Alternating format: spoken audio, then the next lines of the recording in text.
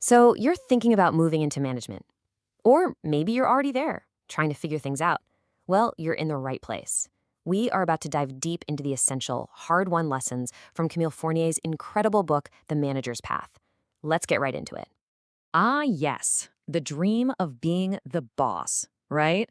You've got a team, you're in control, you're finally calling the shots, and everyone is going to do things your way. Your team looks up to you, they totally respect your authority. I mean, it's that perfect picture that makes you say yes to the job in the first place, isn't it?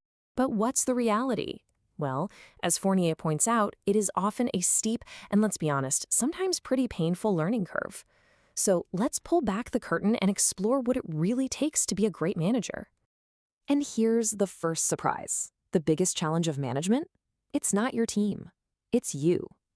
I found this part of the book so insightful. All those skills that made you a rock star individual contributor, your coding, your design, your analysis, well, those aren't the skills that are going to make you a great manager. It requires a completely different mindset.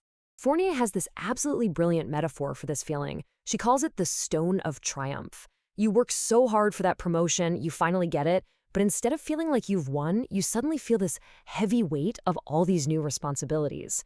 It's the hidden cost of getting ahead, the part nobody really talks about. Okay, so to make this super clear, Fournier tells these powerful little stories to show the difference between good and bad management. And this is where you can really see the path split. Let's look at a couple of these manager types. I have a feeling you might just recognize them.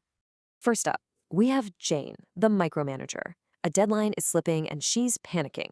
So she just swoops in, starts questioning everyone directly, and reassigns work without even talking to her tech lead. In her head, she's saving the project, but in reality, she's completely destroying trust. Now, on the flip side, you've got Sherelle, the delegator.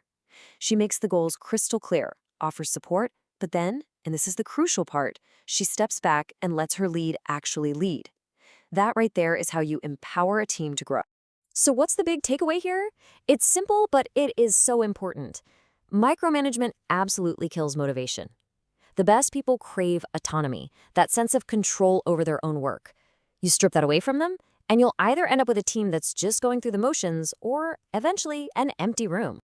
All right, next up, meet Jason, the conflict avoider. His team's grumbling about Charles's little pet project. But instead of having that tough one-on-one conversation, Jason calls a team meeting and makes everyone publicly vote on which project to cut. It's just cruel. And it's a total cop-out. A good manager faces conflict head-on. They have the hard conversations and they take ownership of the bad news. Their job is to protect the team from all that drama, not to use it as a weapon. You know, this all really just boils down to one thing: feedback. Dodging difficult conversations isn't being nice, it's a failure of management, plain and simple. So, the big question is, how do you build a culture where constructive feedback isn't just something people put up with, but something they genuinely welcome? Well, Fournier lays out this really powerful three-step framework. First, know your people. You have to understand their goals, what they care about, so your feedback actually means something to them. Second, be quick about it. Don't save it all up for a performance review. Feedback that's given right away is way more effective. And third, the golden rule: praise in public, criticize in private. This one simple rule is the absolute foundation for building trust with your team. Okay, now for what might be the toughest challenge any manager will ever face: the high performer who is also kind of toxic. Oh yeah, you know the one, the brilliant jerk. Come on, we've all worked with this person. Their work is incredible, but their attitude, it's like a black hole of negativity. They suck the energy out of every room, they argue about every single piece of feedback, and somehow they always think they're the victim. This person is a culture killer, and when you tolerate them, you're sending a horrible message to the rest of your team that results matter more than people. So what do? Fournier is crystal clear about this. You have to draw a line in the sand. As she puts it, the best thing you can do for your team is to simply and openly refuse to tolerate bad behavior. It's that simple, and it's that hard.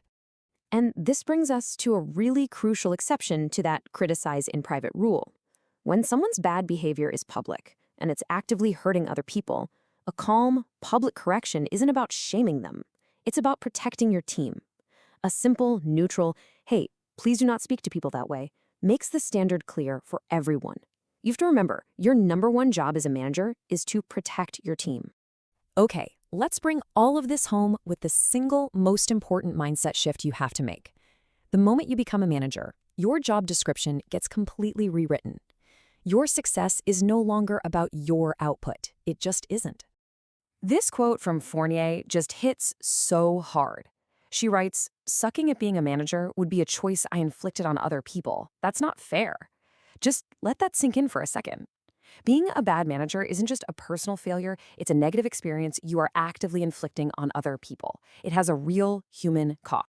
So what's your new job description? It's not about writing the best code or having the best designs anymore. It's about empowering your team. It's about removing roadblocks that are slowing them down. It's about teaching and delegating and building people up. Honestly, your ultimate goal is to build a team that is so capable it could thrive without you. That is the true mark of a great manager. So, I'll leave you with this final thought from the book. Fournier describes a team as this complex black box. It takes real, genuine courage to open that box up and truly see what's going on inside, the good, the bad, and the complicated.